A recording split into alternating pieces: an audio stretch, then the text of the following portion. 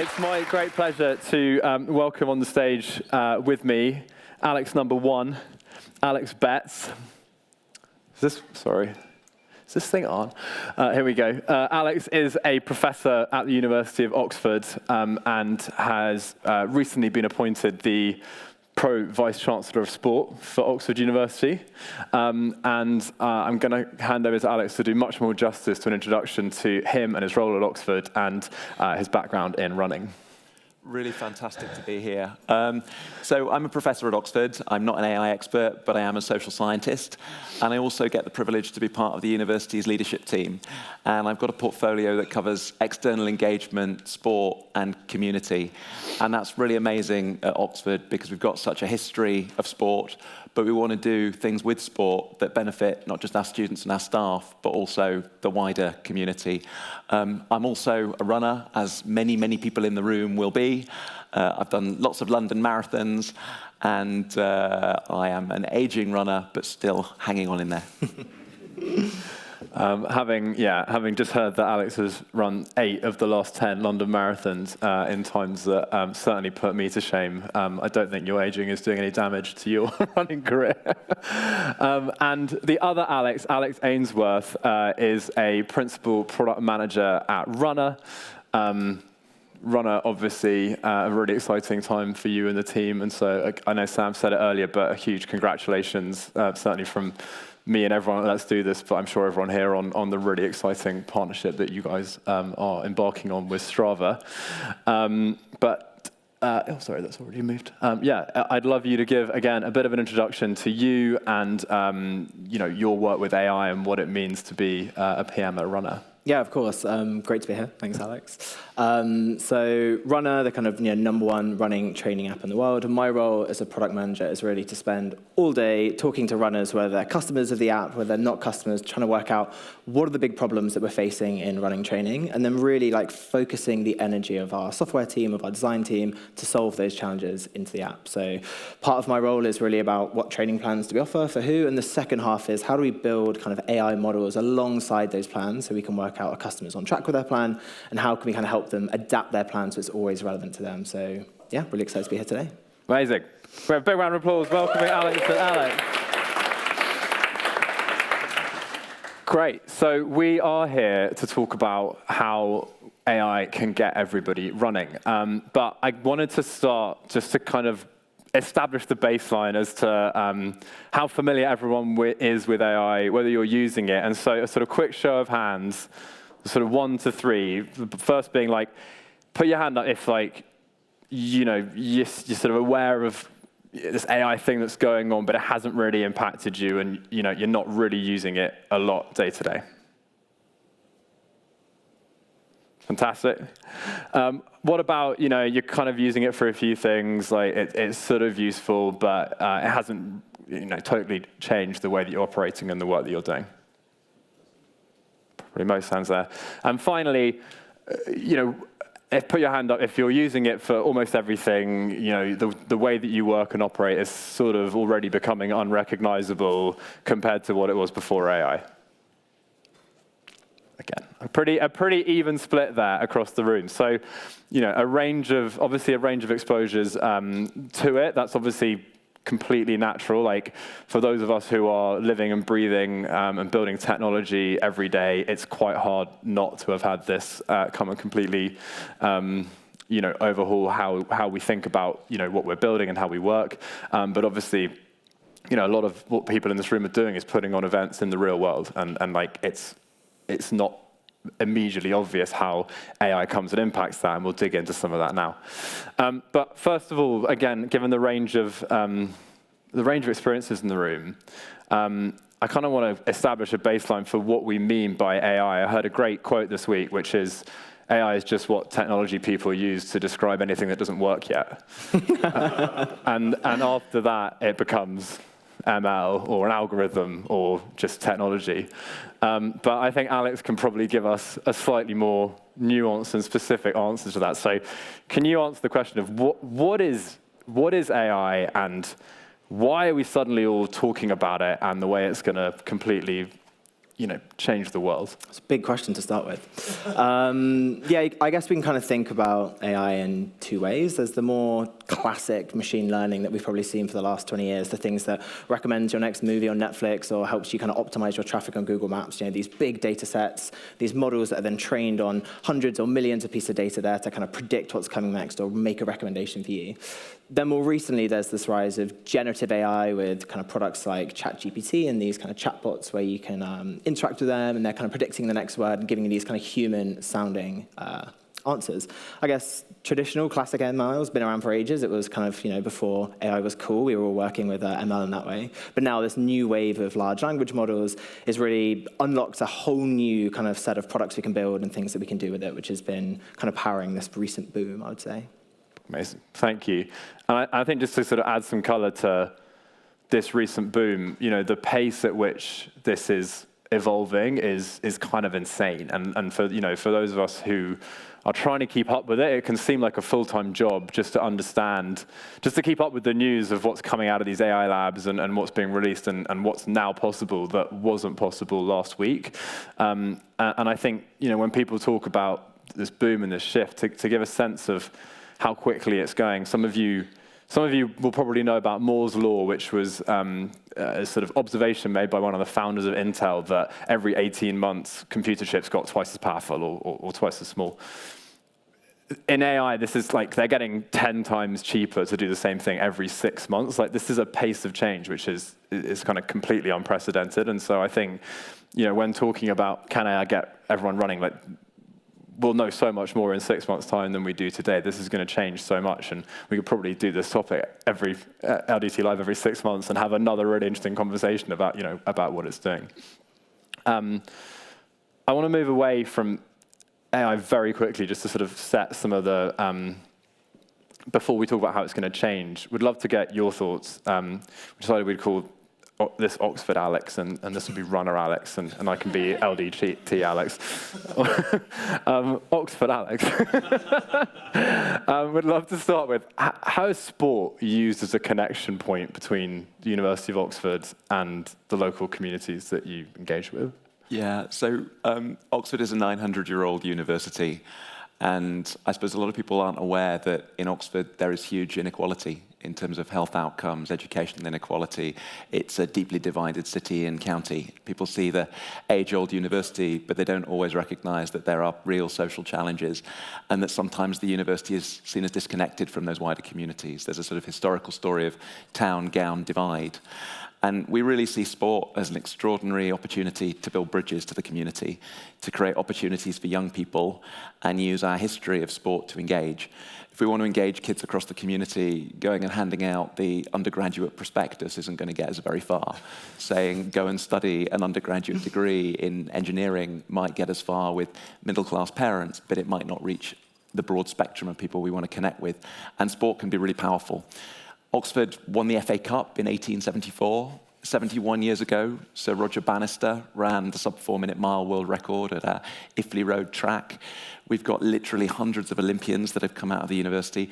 Every Olympics, our colleges highlight that they would have been 72nd in the global medal table had they been a country, which they're not. And we have our boat race, bizarrely still screened on the BBC every year, but the less we say about the results 10 days ago, the better. And yet we have that brand. We don't always make the most of it, but we can use it to connect and build. So we're trying to do things on a community level. We've created a young sport leaders program where a day a week we get kids, 12 and 13-year-olds, to spend a day a week at the university. And in the mornings, they get sports coaching from our student athletes in athletics, basketball, football, a bit of rowing. They try something different. They have a go in relay format to try and beat the sub-4-minute mile on the historic track. They have lunch in a college to get behind those historic walls.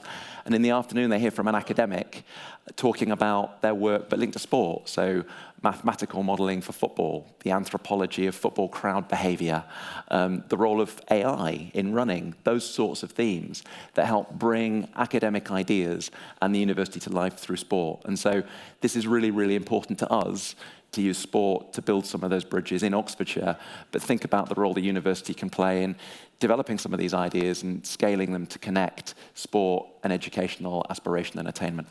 It's amazing. It's amazing to think about, the power that we all see of sport to connect and how you guys are using it to connect locally. How do you see AI shaping the future of that and how that changes over the next few years? Yeah, I mean, I have a sort of much more simplistic view of AI. I tend to go out and speak to colleagues who work within a growing AI faculty across departments. And a lot of them say this is basically a branch of statistics, where actually what we can do now, though, is take what we know about the collective and apply it to the individual. And we can manage large data in very different ways and effectively have an army of machine learning tools to do the donkey work that people would historically have had to have done through research assistants. And I think for us, there are a variety of ways in which we're thinking about connecting with the community, where we can imagine AI playing a really important role. So the first is just about information. We need to understand communities, behaviors, activities, preferences, the demand they have for what they want from the university. Where are the gaps in terms of their access to facilities? Can we share our sports facilities better? Where are their access points and limitations in terms of access to coaching? Can we fill some of that? So information in both ways, but directions between a university trying to engage with the community and those communities and what we can learn about them is really important. I think second, connection points. So I think matching is a really important part of what we do. Stanford economist Al Roth won the Nobel Prize for developing ideas of matching, and they've been really powerful in areas from organ donation to dating apps. But actually, that sort of matching 2.0, if we've got sports facilities and communities want to access sports facilities, how do we join up demand and supply? If we've got these amazing, superpowered students winning blues in all aspects of athletics, including a marathon blue that we've got, I've just about hit the half marathon blue time at the age of my early 40s. They won't award me a blue, though, because I'm faculty. It's a sad story. But if we've got these talented athletes that want to make a difference in the community, how do we match them with school demand? So that connecting. And then participation. How do we get people involved?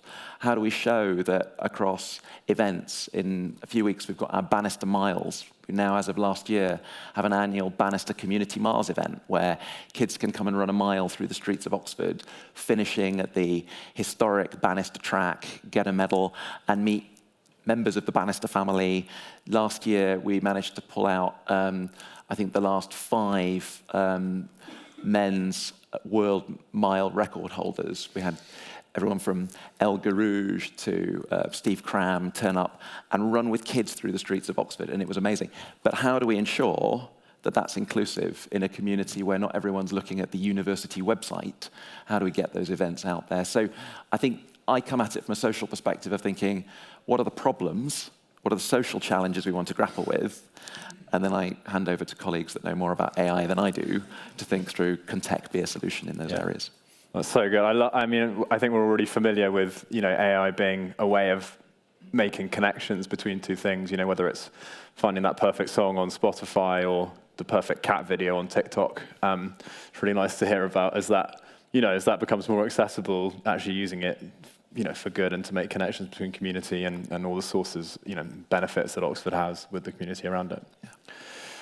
Alex, I'm going to come to you as someone who is using AI today in your day-to-day to get people. I mean, you are literally doing this today already. This isn't a can, And so I guess coming to you to say to us, like, how today are you at Runna using AI to get people running? Yeah, we use AI in 2 main ways, either like generating insights for our customers about how they're performing in their plan, or generating recommendations. Are they on track? Are they off track? If they are off track, how do we get them back on track?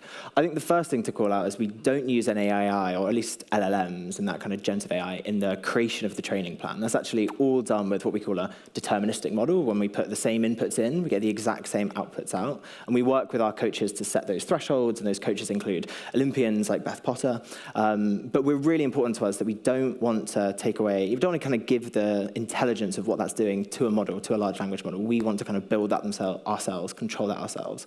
However, what we can do with AI is after every single workout a customer has completed, we can run that workout through a large language model, and we can say, how did this customer do? Like, what paces did we set them? How did they do? Were they going too fast? Were they easy pace? Were they really smashing it on the last rep as we told them? And we can then give them like hyper-personalized feedback at every single workout, like you just sent it to a coach and they'd kind of WhatsApp to you how they thought you'd done your run. Now we're doing that for tens of thousands of people every day across the world. And that's something that only really AI can do at that scale, unless, Coach Ben, our co-founder, is sitting there on WhatsApp all the time writing away, and he wasn't too fond of that idea. The second thing we're doing is like generating recommendations. So can we build a model that says like, are you on track or are you off track with your plan? Can we detect if maybe something about the way you're running is maybe leading you to miss your paces, or maybe you're massively exceeding your paces? And then we can use the model to make a recommendation like, here is a more sustainable pace for you, or here's a more challenging pace. We think you're ready to take it up a level and maybe run a bit faster. Or actually, maybe we can see you're missing those paces and we need to slow you down. So in that way, we can make sure that after every workout, the plan is really adapting to you. And that's just something that I don't think anyone else is doing. That's really exciting. That's awesome. Amazing to hear about the insights you're able to give people. What are the insights that have surprised you and the team at Runna that maybe you've picked up from this huge amounts of data and the patterns that the AI might have surfaced back to you about your users or I anything? think the one that I was really nervous is like, how do you tell someone that they're running too slow, right? I think that's quite like a tough thing to try and design for. It's like, how do you get a machine, a robot to turn around and say, you're running too slow? So we were really nervous putting this live. Like, how do we design a kind of experience that says to someone that we need to reduce your paces? But when we put it live, we got really positive feedback because customers are saying to us, well, I knew I was running too slow. I knew this plan was too tough for me. I knew these paces were unsustainable. So it was almost like validating for them to hear that actually, we've used their data, we've looked at their plan, and actually, we think we can find a plan that's more sustainable for you, that will keep you injury-free, that will still get you to a new PB, but it might not be as ambitious as the one you first had. So I went into that project really nervous, thinking like, customers are going to hate this, they're going to have a robot telling them it's going to slow them down. But actually, we got amazing feedback about how validating they found that experience. So that was quite surprising for me.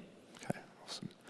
One of the, brings us on to the next point of one of the things that is, most extraordinary about LLMs and this latest, wave of generative AI is the way that they are human-like in their abilities. I'm sure you've all had experiences where you've been talking to ChatGPT, and it sounds like a person talking back at you, and maybe you've played around with some of these newer models where there is actually a human voice talking back at you, and increasing. And it's like that great quote from Sam Altman this week saying that OpenAI was spending millions of dollars on people saying please or thank you to their LLMs. Again, it's that humanization of these machines. Obviously, right now, if and there's obviously a cost barrier to this, but people who are lucky enough to have coaches, a big part of what makes that successful is the fact that there is another human who can empathize with you and knows how to talk to you when you're having a great day or maybe when you've injured yourself, and to whom you feel accountable because they're spending their time on you. Do you think that AI can democratize that sort of human relationship, and how do we think that sort of AI maybe replacing some of the things we value in humans might unfold? Would love to direct that to you first, Oxford Alex. I think it's amazing seeing what Runna and other apps are doing to change the experience of training. Not everyone can afford an individual human coach. Not everyone has access to knowing where to find someone credible who's adapted to them.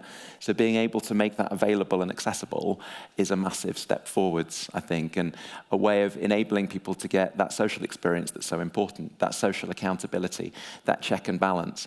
As an aging runner, my running predates even the internet. And so I've been through this period of trial through error and muddle through. And me and my training partner, who's a month older than me, joke about how we used to resort to a book that was basically a book of British marathon runners of the 1980s. And we sometimes use the phrase when we don't know the answer, just run like it's the 1980s, which usually means things like double threshold sessions, 100-mile weeks in the build-up to a marathon, and then getting injured and dropping out of the race. And I've done the sacrum stress fracture. I've done lots of avoidable things. I've written my own training plans. And actually being able to have some crowd wisdom that is credibly organized, that has the wisdom of experience and knowledge and data behind it, it's not going to give you the full answer. You're going to have to still have a degree of common sense that I haven't always had to interpret what you're given, to know when it's not right. If you wake up with the flu and Runna doesn't know you're ill, then if you follow its instructions, you're going to come a cropper.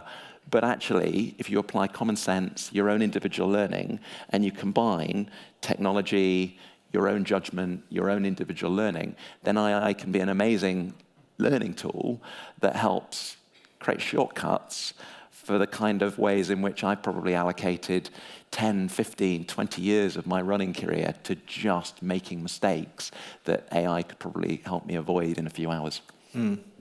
That's such a good point. And Alex, how do you balance the AI versus the human in what you're building at Runna? Yeah, the coaching persona is quite important to us. Our coaches are a big part of our brand. It's a big part of if you kind of search Run online. And we were really nervous about kind of drowning that out with AI, especially an AI that can say incorrect things or might say stupid things. And we were trying to work out how do we balance like still having that coaching voice whilst also bringing in this more generative kind of AI voice. And we looked at a couple of things. Do we have Ben AI? Do we have, it called like maybe Charlie AI? And we go for this kind of non-gendered blob that exists on the screen that you talk to. But ultimately, we just went with, a very separate voice that is obviously coming from AI. And I think our customers were fine with that when I spoke to them. They liked that they could go and they could read something that came from Ben, and they knew that that was like, had actually been typed out by Ben and by Beth, and it was real coaching tips from them. But they know that when they saw that AI logo, that what they were seeing was something more generative, but they could see their data back in it. They could tell they were getting something that was related to their workout performance or from their actual data. And I think when you're providing a personalized experience based on that data, it doesn't really matter if it's coming from AI. And in fact, if anything, it's quite nice to know that, oh, okay, this response has been generated just for me on my personal data. And in that way, I think they can kind of counterbalance each other quite nicely. Awesome. One more question for you both, and then we're going to open up some questions to the floor. Obviously, this is changing really quickly, and quite what the future might look like certainly over a long enough time frame is anyone's guess. But you've probably looked a little bit further down the rabbit hole than a lot of people in this room. What futures do you want to imagine for AI and running?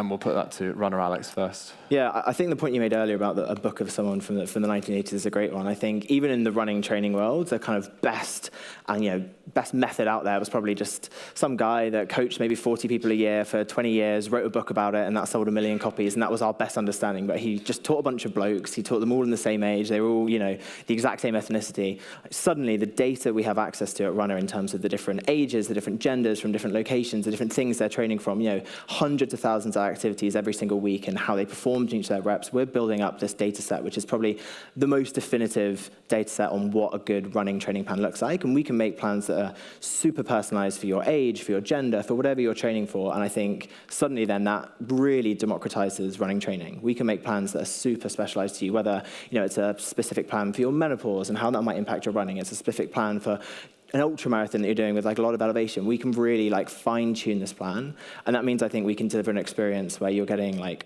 Olympian level running coaching in your pocket for £100 a year. And that's just like such a step change from where we are today. That's unbelievable. Alex? I mean, I think that potential to individualize is important. And the risks and opportunities come down to that question. And it seems sort of moderately uncomfortable talking about diversity on a panel of 3 Alexes. But nevertheless, I think what we know from behavioral science, behavioral economics in general, and from AI and machine learning, is the risks are that there are large proportions of the population that are invisible to those data sets. And so those experiences don't get adequately captured.